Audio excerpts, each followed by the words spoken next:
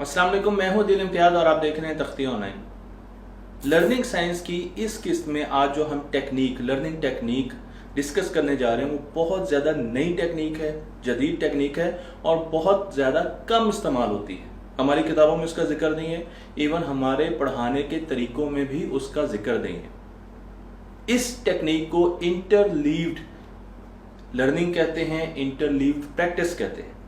लेकिन इसे समझाने से पहले मैं आपको कुछ एग्जांपल्स दूंगा कि हम किस रिसर्च के जरिए इस टेक्निक तक पहुंचे।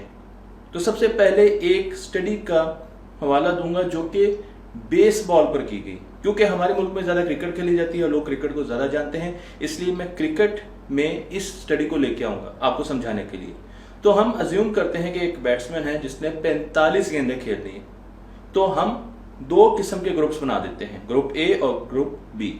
ग्रुप ए के बैट्समैन को बताया जाता है कि उसको पहली 15 गेंदें शॉर्ट पिच आएंगी, यानी उससे बाउंसर्स आएंगे जो कि मुंह पर आएंगे और उसने खेलने। उससे अगली 15 गेंदें उसे यॉर्कर आएंगी, यानी उसके टखनों में बॉल लगेगी और उसे उसको खेलना है, अपनी विकेट को बचाना है। और उससे अगली 15 गेंदें सीम बॉलिंग होगी जो कि टिप्पा पड़ के या तो राइट साइड पर या लेफ्ट साइड पर सीम कर जाएगी और उसे उसने खेलना है। और इस तरीके से हम 15 गेंदें बताते रहते और उसको पता और उसको खेलेगा। लेकिन बी ग्रुप में जो बैट्समैन है उसको नहीं बताया जाता कि उसको कौन सी गेंद आने वाली है। हालांकि उससे भी 15 गेंदें बाउंसर्स आएंगे, शॉर्ट पिच आएगी, 15 गेंदें यॉर्कर्स आएंगे और 15 ही सीम बॉल्स आएंगी। लेकिन उसे रैंडमली खिलाई जाएंगी, उसे मालूम नहीं होगा कि आने वाली गेंद कैसी होगी। दोनों को प्रैक्टिस करवाएगी और फिर उन्हें मैच खिलाएगी। जब साइंसदानों ने उनको मैच खिलाया और उनकी परफॉर्मेंस को मॉनिटर किया तो पता चला कि जिसने रैंडम बॉलिंग खेली थी उसकी परफॉर्मेंस बहुत अच्छी रही, और जिसने गेंदों को 15-15-15 के सेट में खेला था और उसे पता था कि कौन सी गेंद आ रही है, उसकी परफॉर्मेंस मैच में अच्छी नहीं रही। फिर इसी स्टडी को लेकर और खेलों पर स्टडीज की गई। बेसबॉल पर मैंने आपको बताया, बास्केटबॉल पर स्टडी की गई जो कि मैं आपको यहाँ पर दिखा रहा हूँ। और देखा गया कि जहां पर रैंडमनेस थी, जहां पर चीजों को मिक्स करके ट्रेनिंग की जाती थी, वहां पर लोग ज्यादा लर्निंग करते थे। फिर हम बैडमिंटन की तरफ आते हैं, वहां पर भी ऐसे ही था।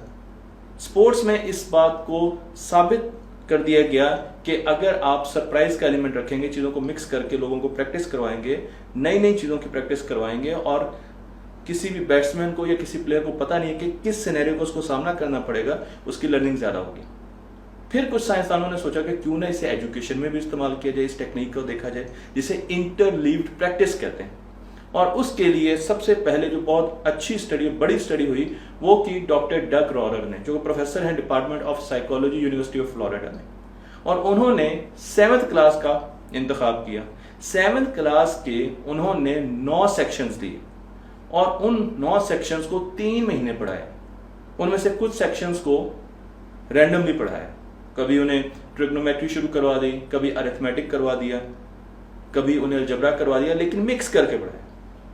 जबकि दूसरे सेक्शन को ब्लॉक प्रैक्टिस करवाई, यानी एक दिन उन्होंने ट्रिग्नोमेट्री करवाई, अगले दिन उन्होंने उसे अलजबरा करवाया, अगले दिन उसे कोई और अरिथमेटिक करवाया। और फिर उसके बाद जब उनकी काफी ज्यादा प्रैक्टिस करवाई तो उन्होंने टेस्ट लिए। टेस्ट उन्होंने 2 लिए। एक टेस्ट एक दिन के बाद लिया, जिसके रिजल्ट्स मैं आपको दिखा रहा हूं कि जिन बच्चों ने इंटरलीव्ड प्रैक्टिस की थी, मिक्स कर करके उनको प्रैक्टिस करवाई गई थी, पढ़ाया गया था, उन्होंने 80% उनके टेस्ट के रिजल्ट्स आए। लेकिन जिन बच्चों को ब्लॉक प्रैक्टिस कराई गई थी, पहले अरिथमेटिक, फिर ट्रिग्नोमेट्री, फिर अलजबरा, उनके 64% मार्क्स आए।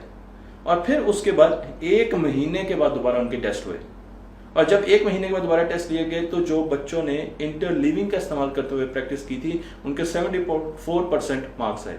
लेकिन जिन बच्चों ने ब्लॉक स्टडी टेक्निक्स का इस्तेमाल किया था, उनके 42% मार्क्स आए। इससे ये भी पता चला कि जब हम चीज़ों को मिक्सअप करते हैं, इंटरलीव करते हैं, तो हमें चीज़ें अच्छी याद होती हैं लेकिन ज़्यादा देर तक याद रहती हैं। मैं आपको इंटरलीविंग का सबसे अहम जो फायदा है वो बताने जा रहा हूं, लेकिन सबसे पहले मैं आपको ये बताना चाहता हूं कि इंटरलीविंग होती क्या है। आपने अगर स्टडी करनी है तो हम अमूमन ये करते हैं कि ब्लॉक में पढ़ते हैं। पहले 2 घंटे फिजिक्स पढ़ेंगे, फिर 2 घंटे केमिस्ट्री पढ़ेंगे, फिर 2 घंटे मैथमेटिक्स पढ़ेंगे। लेकिन इंटरलीव प्रैक्टिस ये कहती है कि आप चीज़ों को छोटे छोटे चंक्स में मिक्स करके पढ़ें। आप आधा घंटा फिजिक्स पढ़ें, आधा घंटा फिर केमिस्ट्री पढ़ें, आधा घंटा मैथमेटिक्स पढ़ें, फिर फिजिक्स पढ़ें, फिर और ये भी कर सकते हैं कि फिजिक्स के अगर आपने 3 चैप्टर्स पढ़ने हैं तो आप उनको भी मिक्स करके पढ़ें। जरूरी नहीं कि पहले एक चैप्टर पूरा खत्म किया जाए फिर ही दूसरे चैप्टर पे जाना है। आप थोड़ी देर पहला चैप्टर पढ़ें, फिर दूसरा चैप्टर शुरू कर लें। पहला चैप्टर अभी खत्म नहीं हुआ, उसके बाद फिर तीसरा चैप्टर शुरू करें, फिर पहला चैप्टर पढ़ें। तो मैं आपको जो तस्वीरें दिखा रहा हूं इससे आपको अंदाजा होगा कि हम ब्लॉक्स में नहीं पढ़ते, हम चीज़ों को मिक्स कर करके पढ़ते हैं। और साइंस ये कहती है, दिमागी साइंस ये कहती है कि हमें चीज़ें ज़्यादा अच्छे तरीके से आती है। और उसकी वजह क्या है?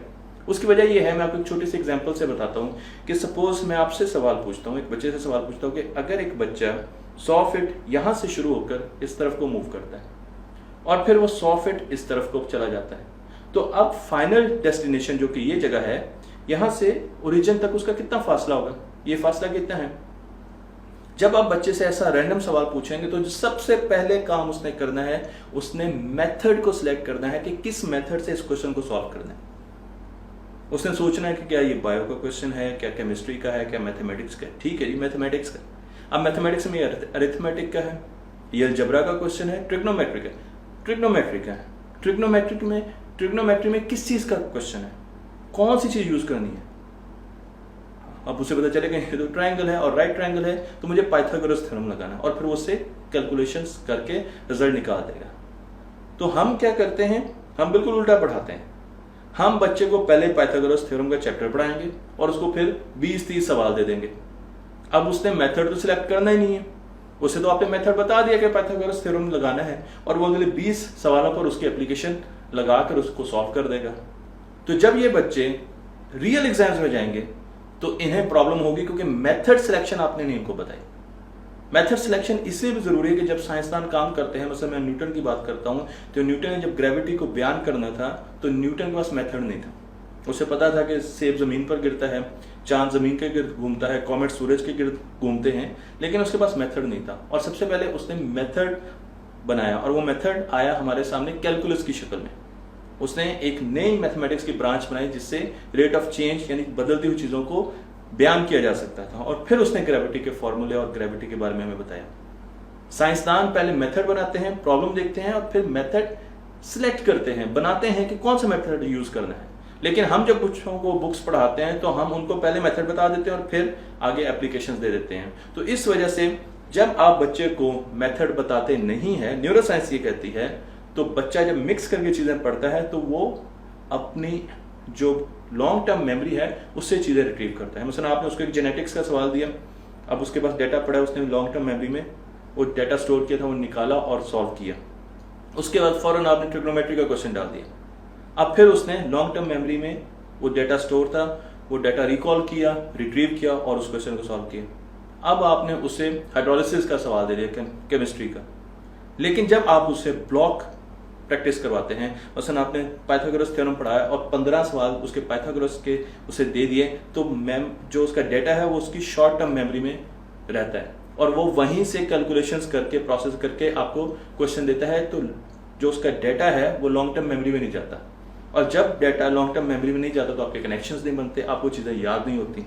और जितनी मरतबा आप लॉन्ग टर्म मेमोरी को रिकॉल करेंगे तो आपके न्यूरॉन्स के ब्रेन के सेल्स ज़्यादा स्ट्रांग होंगे, आपको चीज़ें ज़्यादा अच्छे तरीके से आएगी, आपकी एफिशिएंसी बढ़ेगी। तो इंटरलीव्ड आपकी एफिशिएंसी बढ़ाती है, पढ़ाने का आपको गुर सिखाती है। आखिर में मैं आपको एक छोटी सी एग्जांपल से ये बात ज़्यादा वाज़ेह करना चाहूँगा कि अगर आप बच्चों को डिवीजन करवा रहे हैं तो आप प्रैक्टिस में उनको एडिशन और सब्ट्रैक्शन के सवाल भी दें, मल्टीप्लिकेशन के भी दें अगर आप वो करवा चुके हैं, क्योंकि डिवीजन तो आप करवा रहे हैं लेकिन उनको सरप्राइज का एलिमेंट दें, रैंडमनेस दे। और जब उन्हें मेथड सिलेक्ट करना पड़ेगा तो फिर आहिस्ता आहिस्ता आप देखेंगे कि उनकी एफिशिएंसी बढ़ती जाएगी, वो नई चीज़ों के लिए तैयार रहेंगे। और अगर आप बच्चों को टेस्ट दे रहे हैं तो उसमें मुख्तलिफ पिछले टॉपिक्स जो वो ज़रूर बीच में इस्तेमाल करें। बल्कि यहाँ तक कहा जाता है कि अगर आप टेस्ट दे रहे हैं तो उसमें बायो के क्वेश्चन भी डाल दें, मैथमेटिक्स के भी डाल दें, केमिस्ट्री के भी डाल दें, बच्चों को इंटरलीव प्रैक्टिस करवाएं। और जितनी ज़्यादा इंटरलीव प्रैक्टिस होगी, मैंने सिर्फ आपको एक स्टडी का बताया, लेकिन बहुत सी ऐसी स्टडीज़ हैं जो बताती हैं कि जब आप चीज़ें मिक्स करके पढ़ते हैं तो आपको बहुत अच्छे तरीके से चीज़ें आती हैं और आपको अननोन हैंडलिंग बहुत अच्छे तरीके से आती है कि जब आपके पास रैंडम क्वेश्चन आते हैं तो आप बड़े अच्छे तरीके से उनको अटेम्प्ट कर सकते हैं। तो मुझे उम्मीद है कि इंटरलीव प्रैक्टिस और इंटरलीव स्टडी अब हम हर जगह पर इस्तेमाल करेंगे और आहिस्ता आहिस्ता हम इनको अडॉप्ट करना शुरू करेंगे। तख्ती ऑनलाइन को लाइक कीजिए, शेयर कीजिए और इस इल्म को दूसरों तक पहुंचा दीजिए।